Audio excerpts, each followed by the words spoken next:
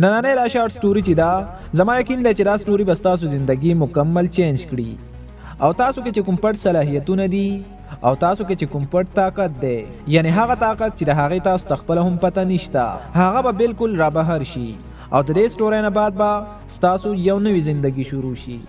او هغه به بیا داسې زندگی وي چې تاسو به خلک حیران کړئ او بیا زما دام یقین دی چې دا سټوري به ستاسو نه پر روان وخت کې یو چیمپئن جوړ کړي او تاسو کې چې کومه مایوسي ده هغه به مکمل ختم شي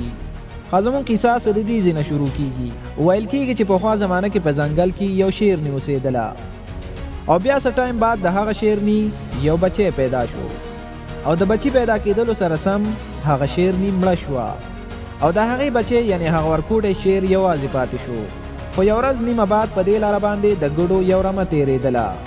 او اتفاقا د شیر دا بچی هم دې رمې سره شامل شو خو عجیبه خبره دا ده چې وخت تېرېدلو سره د دې عادتونه هم د ګډو په شان کېدل او هغې دا تصور کولو چې زه هم یو ګډی یم او د غوښې په ځای باندې د ګایا په خوراک باندې شروع کړه او څه ټایم بعد دا خبره بالکل تسلیم کړه چې زه شیر نه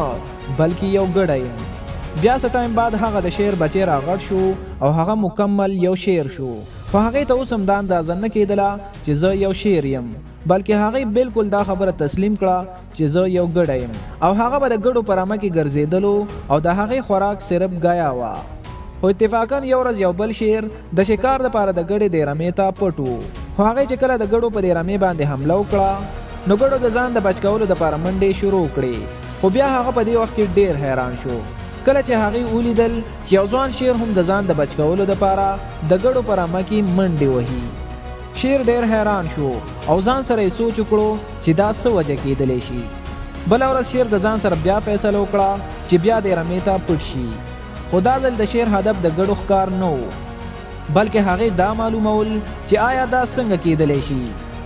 چې یو ځوان شیر داسې بزدله او بېوسه معلومیږي هر کله چې شیر کله پر رمه باندې حمله وکړله او شیر یې ګیر کړو نو د شیر حیرانتیا نوره هم زیاته شوه او هغې شیر ته سوالونه شروع کړل چې د الله دپاره ما معاف کړه زه خو یو بېګناه ګډی یم دې خبرې اورېدلو سره شیر نور هم په سوچ کې شو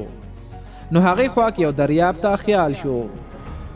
او شیر یې په راښکلو باندې دریاب ته بوتلو او بیا شیر ته وویل چې د اوبو کې خپل تصویر ته هم وګوره او زما تصویر ته هم وګوره زم یو شیر یم او تم یو بهادر شیر یې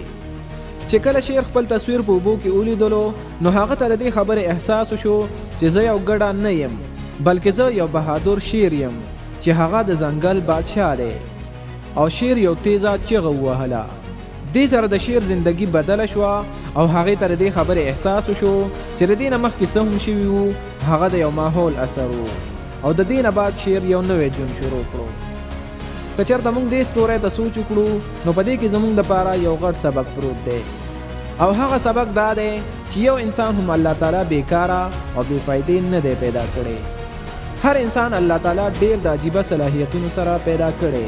او د دې صلاحیتونو به موږ ته هله پته ولګي که چېرته موږ د شیر په رنګې د ګډو په ماحول کې ژوند ونه کړو یعنی موږ داسې ملګرو سره پاتې نه شو چې هغه موږ ته د احساس کمترۍ احساس راکوي یعنی مثال موږ یو کار شروع کړو او زموږ داسې ملګري وي چې هغه موږ ته د حوصله افزایۍ په ځای باندې خپوتکاڼي راغوځاروي نو بیا موږ ته پکار دی چې داسې ملګرو سره تعلق ختم کړو او خپل مهنت جاري وساتو نو موږ ته پکار دی چې خپل مهنت جاري وساتو نو انشاءالله کامیابي به بیا زموږ قدمونو ته راځي